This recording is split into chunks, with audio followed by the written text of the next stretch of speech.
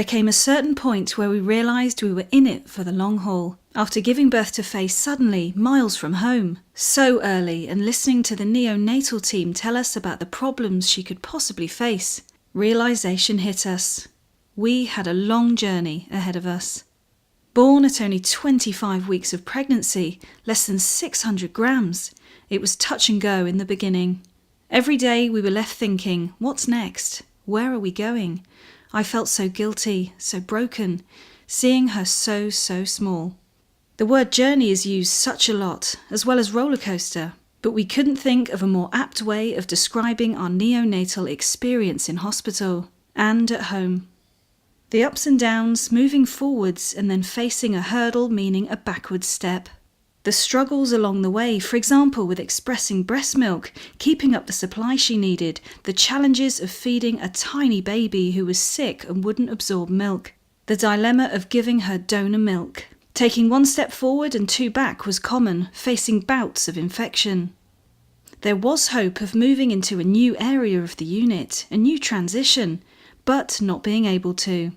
Always wondering if something would come along and be another barrier to her coming home with us. But 3.5 long months later, we made it and took her home. What an amazing destination on our journey so far.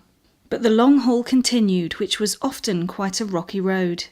We had endless appointments, worries about her head, her brain. We were told she had a bleed early on. We knew she may develop signs of early cerebral palsy. This was never far from our minds. At home, we also faced many practical challenges. Simple things became difficult. Travelling around wasn't easy, especially with an oxygen cylinder, and particularly by public transport.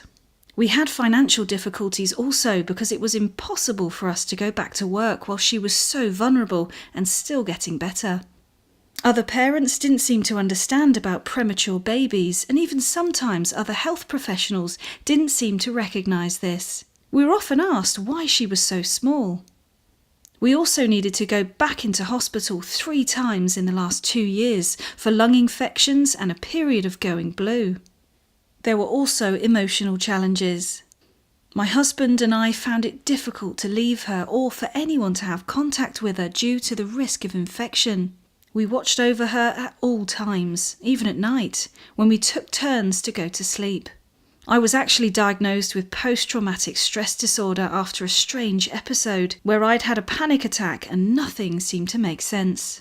I'd been feeling depressed, which I believe was due to lack of contact with her in those early days. The importance of seeking support became very clear to us. But through these challenges, we came to finally feel we were normal parents. It's taken ages, but the time had finally arrived. Some problems may still lie ahead with schooling and Faye's future needs, but we feel more able to deal with the uncertainty now over time and given the right support from professionals and other parents.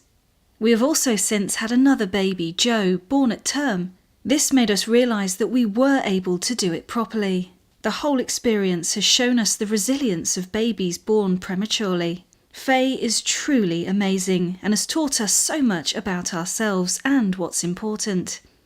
We now know that challenges are not insurmountable. It may be a long haul, but you can get through it.